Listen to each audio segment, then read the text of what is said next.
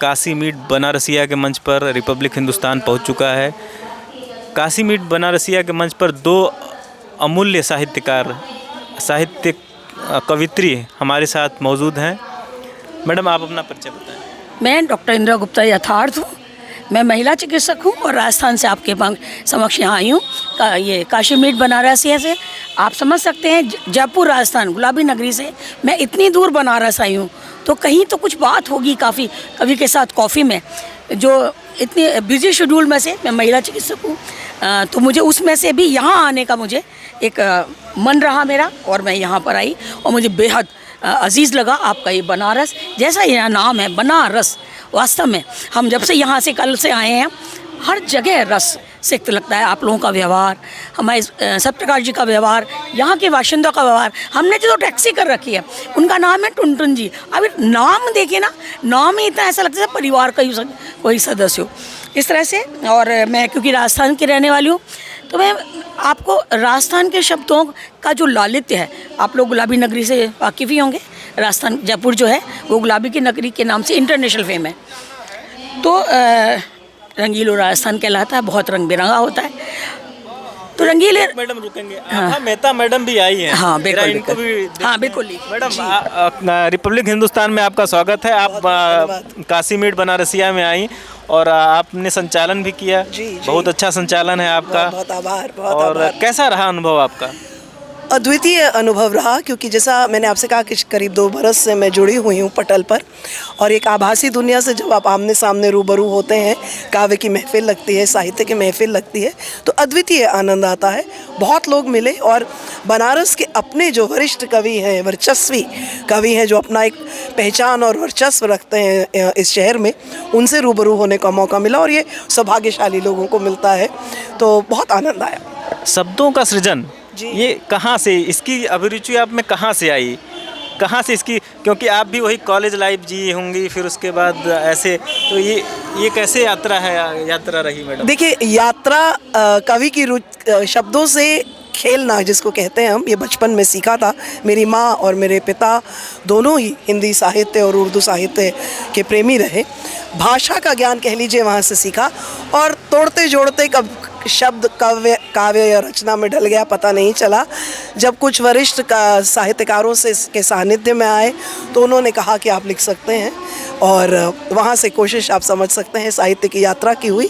वैसे मैं भी साहित्य से सीधा संपर्क इसलिए नहीं रखती क्योंकि मेरा कर्म क्षेत्र बैंकिंग से रहा। मैं बैंकिंग से जुड़ी रही और बहुराष्ट्रीय बैंक में डायरेक्टर के पद से मैं सेवानिवृत्त हुई कुछ बरस पहले। तो बस साहित्य कह लीजिए दिल का शौक़ है, अभिव्यक्ति का माध्यम है, तो कविता अपने आप हो जाती है। धरोहरों और राजपूताओं का शहर, गुलाबी शहर, जहाँ से मैडम पधारी हुई हैं, आइए सुनते हैं मैडम से कुछ उनकी स्वरचित रचनाएं। देखिए, मैं महिला चिकित्सक हूँ, गायनोलॉजिस्ट हूँ। बच्चों की किलकारी से कुछ स्वर निकले जिन्होंने शायद मुझे कवि बना दिया, और ना कहाँ मेडिकल की लाइन और कहाँ हमारी साहित्य की लाइन, लेकिन वो बच्चों के जो मधुर स्वर थे उन्हीं से निकला। मैं राजस्थान से हूँ, तो मैं आपको राजस्थान की कुछ पंक्तियाँ आपको सुनाने की कोशिश करूँगी। और देव दिवाली कली गई है, राम आपके यहाँ विवाह करने के लिए जब आए सीता जी को, उन पर मैंने कुछ लिखा है, मुलायजा फरमाए। सीता जी रो ब्याव रचो छे, सीता जी रो ब्याव रचो छे, राम जी बींद बन आया सुनो जीवा की ब्याव बाता, राम जी भी बन आया सुनो जीवा की ब्याव की बाता, सर पर पाग पाग कसी भारी। आप राम की सुंदरता का, दूल्हे का देखिए, हाँ दूल्हे बने हैं जब वो, सर पर पाग पाग कसी भारी, ऊपर कलेगी मीनाकारी, सर पर पाग पाग कसी भारी, ऊपर कलेगी मीनाकारी, श्याम रंग मन भाया सुनो जीवा की ब्याव की बाता, श्याम रंग बन भाया सुनो जीवा की ब्याव की बात। अब सीता जी के सौंदर्य का वर्णन देखिए। गौरवर्ण सिया सुकुमारी, गौरवर्ण सिया सुकुमारी, मात सुनैना की अति प्यारी, मात सुने ना की अति प्यारी, देख बारात हर शाया, सुनो जीवा की ब्याव की बाता, उतरे अश्व राम जी आए।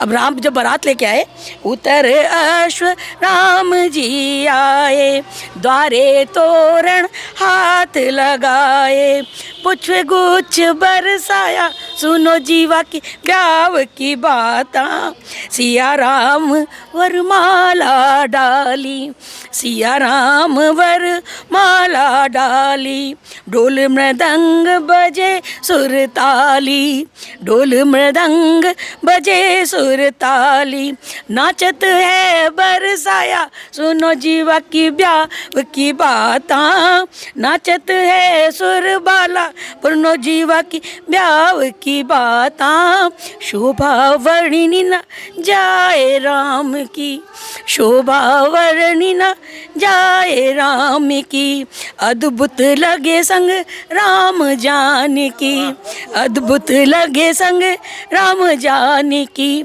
हुआ यथार्थ मत वाला, सुनो जीवा की ब्याह की बाता, हुआ यथार्थ मत वाला, सुनो जीवा की ब्याह की बात।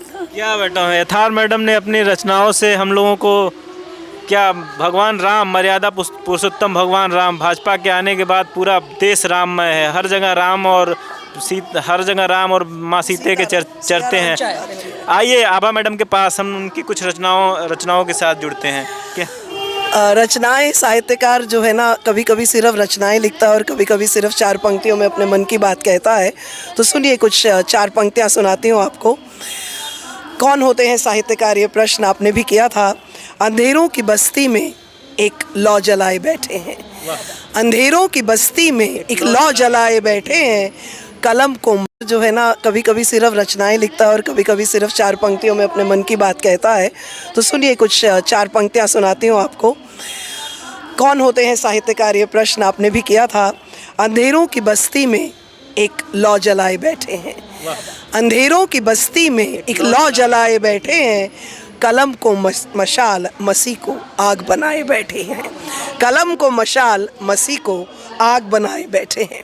अभी आपकी बात हुई कि युवा पीढ़ी जो है वो साहित्य से नहीं जुड़ना चाहती, क्लिष्ट भाषा का प्रयोग जो है शायद युवा पीढ़ी उससे डरती है। तो उन्हीं की बात उन्हीं के लहजे में मैं करके सुनाती हूँ आपको। मैडम आपको बताऊँ, युवा जुड़ती है कुमार विश्वास की भाषा में, जो प्यार की भाषा है, जो अट्रैक्ट करती है। तो चलिए, प्यार की और मोहब्बत और इश्क की बातें आपको सुना देते हैं। बात ये लीजिए, इश्क की बात सुना देते हैं।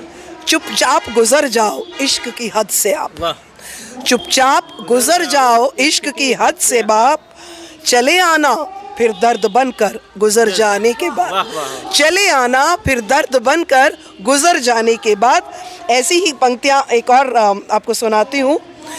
ये इश्क की पंक्ति नहीं है, लेकिन शायद ये आज के युवा का हाल है, क्योंकि युवा अक्सर अपनी पहचान खोजने का प्रयास करता है। तो उसी उनके भाव क्या रहते हैं जो वो अपनी पहचान सिद्ध करने की कोशिश करते हैं।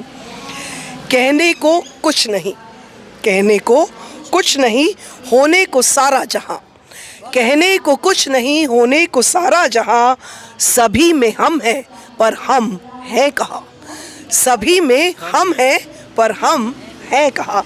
तो ये हाल होता है आज के युवा का, भटकता है अपनी पहचान को सिद्ध करने के लिए।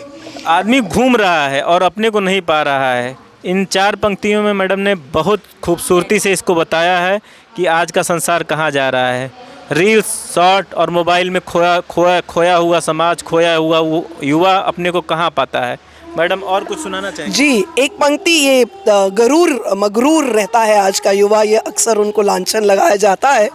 तो अपने इन्हीं युवा साथियों को मैं ये कहना चाहती हूँ कि दर्द की आंधियों से गुजरोगे तुम भी, दर्द की आंधियों से गुजरोगे तुम भी, यूं आग मोहब्बतों की न लगाया कीजिए, दर्द की आंधियों से गुजरोगे तुम भी, यूं आग मोहब्बतों की न लगाया कीजिए, रुकोगे कभी बीच परवाज के तुम भी, रुकोगे कभी बीच परवाज के तुम भी, गुरूर को ना हक हवा मत दिया कीजिए, गुरूर को नाहक हवा मत दिया कीजिए, दर्द की आंधियों से गुजरोगे तुम भी, यूं आग मोहब्बतों की न लगाया कीजिए।